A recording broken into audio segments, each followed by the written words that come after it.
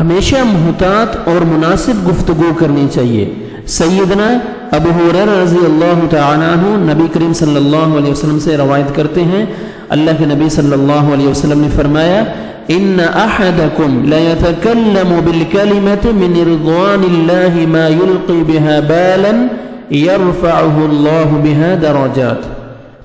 یقیناً بندہ اللہ تعالیٰ کی رضامندی والی کبھی ایسی بات کرتا ہے جس سے وہ اپنی نظر میں کوئی اہمیت نہیں دیتا اس بات کو، لیکن اللہ تعالیٰ اسی بات کی وجہ سے اس کے درجات بلند فرما دیتا ہے۔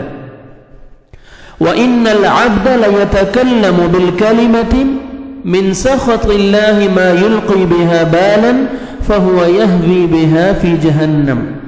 اور بسا اوقات بندہ اللہ کی ناراضگی والی کوئی ایسی بات کہہ دیتا ہے جسے وہ کوئی اہمیت نہیں دے رہا ہوتا، لیکن وہ اسی بات کی وجہ سے جہنم میں جا گرتا ہے۔